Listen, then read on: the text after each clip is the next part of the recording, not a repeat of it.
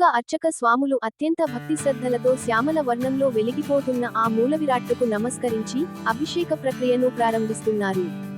మంత్రోచ్చారణల మధ్య, ఘంటానాదాల మధ్య స్వామివారి దివ్యమూర్తిపై పాలను ధారగా పోస్తుంటే ఆ దృశ్యం చూసేందుకు రెండు కళ్ళు సరిపోవు.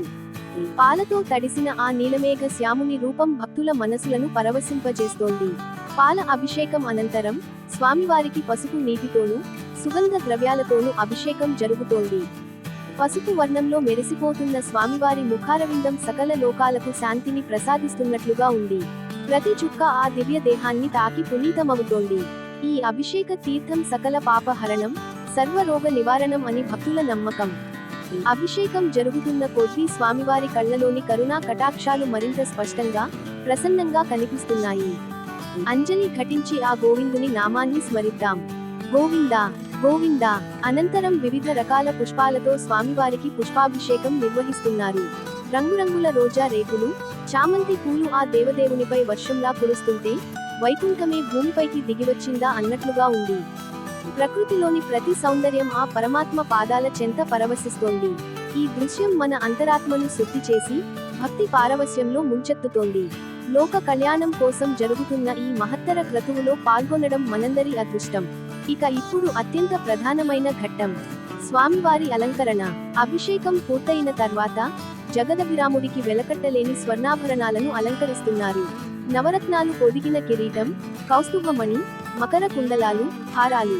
ఒకటేమిటి, ఆ స్వామి ధరించిన ప్రతి ఆభరణం ఆ దివ్య కాంతిలో మరింతగా మెరిసిపోతోంది. స్వామివారి నుదుటిపై ఉన్న ఆ నిలువు నామం భక్తులకు మార్గదర్శిగా నిలుస్తోంది. శంకు చక్రధారి అయి అభయ హస్తాన్ని చూపుతున్న ఆ వెంకటేశ్వరుని రూపం అద్వితీయం, అనిర్వచనీయం. పూర్ణాలంకార భూషితుడైన శ్రీనివాసుడికి ఇప్పుడు ధూప, దీప నైవేద్యాలు సమర్పిస్తున్నారు. కర్పూర నీరాజనం ఇస్తుంటే ఆ వెలుగులో స్వామివారి ముఖం కోటి సూర్యప్రభలతో వెలిగిపోతోంది. ఈ మంగళ హారతిని కళ్లకు అద్దుకుంటే మనసులోని అజ్ఞానమనే చీకటి తొలగిపోయి జ్ఞానోదయం కలుగుతుందని ప్రతీతి. ఆలయమంతా వేద మంత్రాల ధ్వనితో, భక్తుల గోవింద నామ స్మరణతో ప్రతిధ్వనిస్తోంది. అలంకార ప్రియుడైన ఆ తిరుమల నాథుడు సర్వశోభితంగా దర్శనమిస్తున్నాడు. చివరగా అనంతశయనుడైన రంగనాథుని రూపంలోనూ, వైకుంఠ వాసునిగానూ దర్శనమిస్తున్న ఈ దివ్య మంగళ స్వరూపాన్ని స్మరిస్తూ జీవితాన్ని ధన్యం చేసుకుందాం. ఆపద మొక్కులవాడు, అనాథ రక్షకుడు అయిన ఆ శ్రీహరి ఆశీస్సులు మనందరిపై ఎల్లవేళలా ఉండాలని కోరుకుందాం.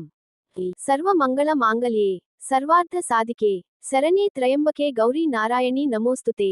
ఈ వీడియో ద్వారా స్వామివారి సేవను వీక్షించిన మీ అందరికీ ఆ వెంకటేశ్వరుని కృపాకటాక్షాలు మెండుగా లభించుగాక. ఓం నమో వెంకటేశాయ. మా వీడియోలు మీకు నచ్చినట్లయితే ఇటువంటి అరుదైన దర్శనాలు, దివ్యమైన దర్శనాలు కోసం మా ఛానల్ ని సబ్స్క్రైబ్